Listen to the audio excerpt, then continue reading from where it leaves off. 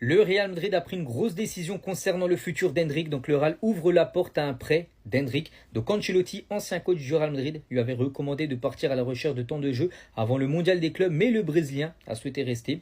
Donc l'attaquant de 18 ans s'appuie notamment sur l'exemple de Vini pour justifier sa décision en gros que Vini au début, les gars, il avait du mal, puis après il a réussi à gagner sa place en gros. Il aimerait faire la même carrière que Vini Junior du côté du Real, mais même si le club du Real lui conseille plutôt de partir en prêt. Et toujours du côté du Real Madrid, on apprend également que Fran Garcia est intransférable du côté du Real. Xabi Alonso le veut dans l'équipe. Et les merengues ont ignoré toutes les offres qu'ils ont reçues. Il y a quand même 3 défenseurs gauche du côté du Real avec l'arrivée de Carreras, Fran Garcia et Mendy. Et concernant Mendy, c'est lui qui a le plus de chances de partir. Des nouvelles également concernant le Bayern Munich qui devra envoyer une nouvelle offre d'environ 75 millions d'euros pour Luis Diaz. Les Bavarois ne mettront pas au-dessus de 80 millions d'euros pour le Colombien. Et on finit aujourd'hui avec l'avenir de Lucas Chevalier pourrait dépendre de celui de Donnarumma. Parce que Donnarumma, les gars, on ne sait pas s'il va rester au PSG ou partir. Le PSG garde un œil sur le français en cas de départ de leur gardien italien. Le portier de Lille a déjà refusé les propositions de Bournemouth et d'un autre club anglais. Donc en gros, si Donnarumma part, Chevalier pourrait devenir le gardien numéro 1 du Paris Saint-Germain.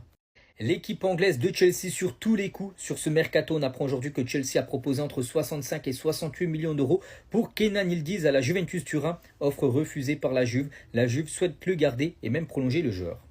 Des nouvelles également concernant Luis Suarez, pas le joueur uruguayen mais plutôt l'ancien joueur par exemple de Marseille. Il va s'engager du côté du Sporting, ça sera le grand remplaçant de Victor Gyökeres, accord trouvé avec Almeria où il évolue en 2e division espagnole. Donc pour 25 millions d'euros, bonus compris et 10% sur une future revente. Des nouvelles également concernant Manchester United qui s'intéresse à Ollie Watkins, l'attaquant anglais d'Aston Villa. De premier échange lieu entre les Reds Devils et Aston Villa.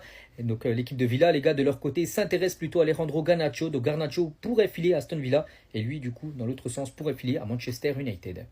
Et on finit aujourd'hui avec Newcastle qui risque de perdre Alexander Isak, qui a demandé à partir Alexander Isak et du coup il faut trouver son remplaçant. Ça pourrait être lui. Newcastle étudie une arrivée de Benjamin Sesko en cas d'un départ d'Alexander Isak. Un accord est compliqué d'un point de vue financier mais pas du tout impossible. Les transferts officiels du vendredi 25 juillet, c'est parti. On commence tout d'abord avec le défenseur espagnol Christian Mosquera. Il quitte Valence, direction Arsenal. C'est fait, c'est signé. Prix du transfert 15 millions d'euros. C'est officiel également concernant un autre espagnol, ancien joueur du Real Madrid ou même du PSG. C'est Ressé les gars. Et Ressé, 32 ans, est de retour du côté de Las Palmas, un club où il a pu évoluer dans le passé. C'est officiel également concernant l'attaquant colombien John Arias, qui a figuré comme dans l'équipe type du tournoi de la Coupe du Monde des clubs. Bref, cet attaquant quitte l'équipe de Fluminense et débarque du côté de la Première Ligue, du côté de Wolverhampton. Prix du transfert 17 millions d'euros. C'est officiel également concernant l'équipe de Lille, nouveau joueur. Donc l'espoir belge Nathan Ngoy signe au LOSC en provenance du Standard de Liège, prix du transfert 5 millions d'euros. C'est officiel également concernant João Mario, donc ce joueur les gars quitte le FC Porto et signe officiellement du côté de la Juventus Turin. C'est officiel également concernant le défenseur slovaque David Anko, il quitte le Feyenoord de Rotterdam et débarque du côté de l'Atlético Madrid, prix du transfert 35 millions d'euros, bonus inclus. Et on finit aujourd'hui avec une prolongation de contrat, c'est Boubacar Kamara, le joueur français d'Aston Villa prolonge avec le club d'Aston Villa jusqu'en 2030 avec une grosse augmentation de salaire.